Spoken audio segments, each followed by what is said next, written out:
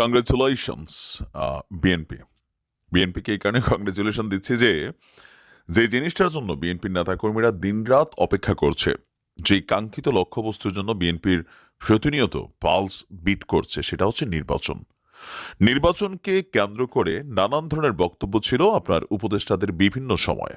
তো আমরা একদম এখন বুঝতে পারছি, একদম প্রথম যেই বিষয়টা সামনে আসছিল আসিফ নজরুলের, এর পাশাপাশি আমরা দেখেছি ব্রিগেডিয়ার জেনারেল শাখাওয়াত হোসেন, তিনিও কিন্তু একটা বক্তব্য দিয়েছেন। আর যদিও ওই সময় বক্তব্যগুলোকে প্রধান উপদেষ্টার প্রেস উইং থেকে বলা হয়েছিল যে এগুলা উপদেষ্টাদের ব্যক্তি মতামত, এটা আসলে প্রধান উপদেষ্টা বা সরকারের আনুষ্ঠানিক কোনো মন্তব্য নয়। কিন্তু দিন শেষে দেখা গেছে এটাই সত্য, যেটা আমরা শুনেছিলাম। অবশেষে নির্বাচনের সময়কালটাকে আনুষ্ঠানিকভাবে ঘোষণা করেছেন আমাদের প্রধান উপদেষ্টা ইউনূস।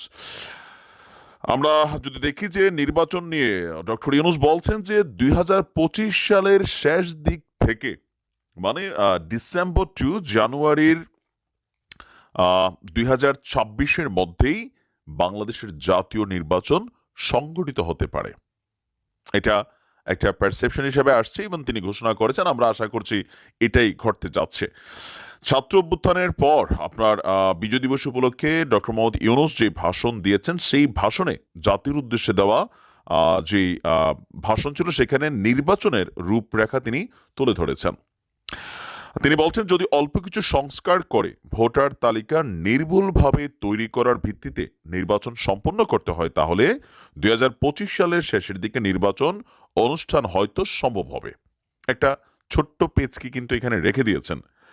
আর যদি এর সঙ্গে নির্বাচন প্রক্রিয়া, নির্বাচন সংস্কার কমিশনের সুপারিশের পরিপ্রেক্ষিতে এবং জাতীয় ঐক্যমতের ভিত্তিতে প্রত্যাশিত মাত্রার সংস্কার যোগ করি, তাহলে আরো অন্তত 6 মাস অতিরিক্ত সময়ে লাগতে পারে।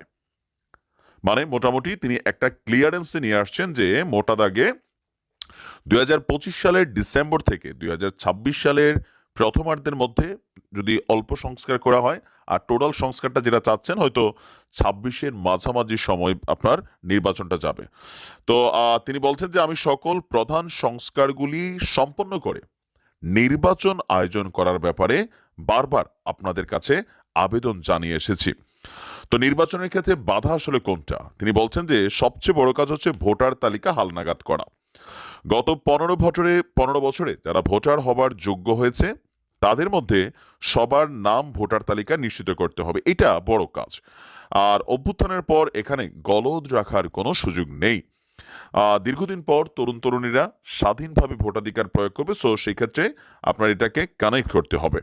এখন তিনি আরো বিভিন্ন বক্তব্য দিয়েছেন যে সংস্কার, এখন বিএনপি বরাবরই বলে আসছিল, তারেক রহমান থেকে শুরু করে বিএনপির একদম হাই যারা কমান্ডিং নেতৃত্ব আছেন, যে একটা রূপরেখা আপনি দেন, রোড ম্যাপ দেন, এবং কি সংস্কার করবেন, কতটুকু সংস্কার করবেন, এটার মেয়াদকাল বা পরিধিটা আপনাকে প্রকাশ করতে হবে।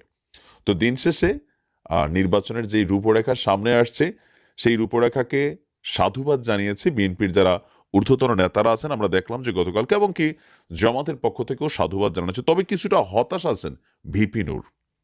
তিনি বলছেন যে আমরা এই মুহূর্তে সংস্কারটা জরুরি, তবে বৈষম্য বিরোধী প্ল্যাটফর্মের ছাত্ররা যারা আছেন বা জাতীয় নাগরিক কমিটি যেটা আছে, তারা কিন্তু আবার ভাই এখানে ভিন্ন একটা মন্তব্য দিয়েছে।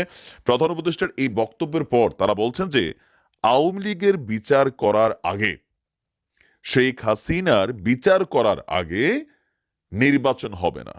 তো জাতীয় নাগরিক কমিটির কি আসলে শক্তি আছে? আমরা দেখছি তাদের বিভিন্ন জায়গায় মারধর করা হচ্ছে, লোকাল পিপল তাদেরকে পিটাচ্ছে, তারপর যেখানে যাচ্ছে তারা ধাওয়ার শিকার হচ্ছে।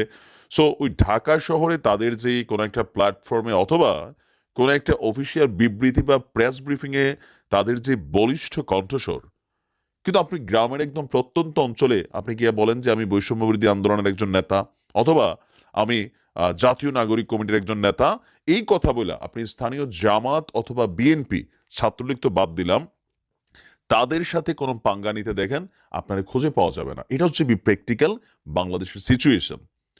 তো আহ, এই মুহূর্তে উপদেষ্টার এই বক্তব্যকে পলিটিক্যাল দলগুলো স্বাগত জানাচ্ছে, তবে ছাত্ররা মনে করছে যে এই সরকার যদি আওয়ামী লীগের বা শেখ হাসিনার বিচার করে যাইতে না পারে, তাহলে বিএনপি সরকার আসলে আসলে আওয়ামী লীগের বিচার হবে না বা শেখ হাসিনারও বিচার হবে না। কারণ এই মুহূর্তে বিএনপি কোথাও নয় কোথাও আওয়ামী লীগের জন্য আশীর্বাদ হিসাবে কাজ করছে। আর এটা নিয়ে অনেকের মধ্যেই কিন্তু ক্ষোভ কাজ করছে। তবে বিএনপির সন্দেহ যে -1 -2 ফর্মুলা এগুলো এপ্লাইয়ের পরিকল্পনা চলছে। আর তাদের জন্য একটা ভয়ের কারণ হচ্ছে একটা রাজনৈতিক দল কিন্তু সামনে আসতে যাচ্ছে আগামী ১ থেকে ২ মাসের মধ্যে। তো দেখা যাক কি ঘটে। তবে আমরা কংগ্রেচুলেশন জানাই। তবে আমিও মনে করি এর আগে আইনের সুশাসন, সরকার পরিবর্তনের পর মব জাস্টিস গুলা বন্ধ করা, রাষ্ট্রের ব্যক্তিগত বা রাষ্ট্রীয় সম্পদে হাত দেওয়া, জবরদখল, লুটপাট, ওই আওয়ামী লীগ গেছে কালকে বিজয় দিবসকে ঘিরে বিএনপি বিভিন্ন জায়গায় যে কর্মকাণ্ড করছে এগুলো কি গ্রহণযোগ্য? ফুল দেওয়া নিয়ে ভাই মারামারি করে ১০ জন আহত, পতাকা নিয়ে লাগালাগি করে একটা ঘাই দিয়া ফেলাই দিছে কক্সবাজারে। তা আপনি এই পরিবর্তনগুলো তো লাগবে, ন্যূনতম এই সংস্কারটা লাগবে। এবং কি পুলিশকে কি বলা হয় যে নিরপেক্ষ ভূমিকায় নিয়ে আসার যে গুরুত্ব, দায়িত্বটা, নয়তো এই পুলিশ আবারও এখনো বিভিন্ন জায়গায় বিএনপির পারপাস কিন্তু পুলিশ সার্ভ করছে, প্র্যাকটিক্যালি হচ্ছে এইটা। তা আবার ভবিষ্যতে আওয়ামী লীগ আবার তাদের অফিসিয়াল পেজে পুলিশদের ছবি দিয়ে হুমকি ধামকি দিচ্ছে। ইভেন বাংলাদেশে নিঃসন্দেহে প্রত্যেকটা রাজনৈতিক দলের মধ্যে সবচেয়ে ডেঞ্জারাস বাংলাদেশ ছাত্রলীগ বা যুবলীগ, আওয়ামী লীগ, এটা বাস্তব। তো অদূর ভবিষ্যতে এই পুলিশ যদি আবার সেই পলিটিক্যালি মুভমেন্টে চলে যায়, ইন ফিউচার আবার সরকার পরিবর্তন হতে গেলে পুলিশের কপালে আবার দুঃখ আছে। তো পুলিশকে শক্তিশালী করতে হবে, রাজনীতির বাইরে তাদেরকে রাখতে হবে। আইনি সুশাসন প্রতিষ্ঠা করতে গেলে দুইটা জিনিসের বিকল্প নাই: পুলিশকে নিরপেক্ষ করা, বিচার বিভাগকে প্রকৃতপক্ষে স্বাধীন করা।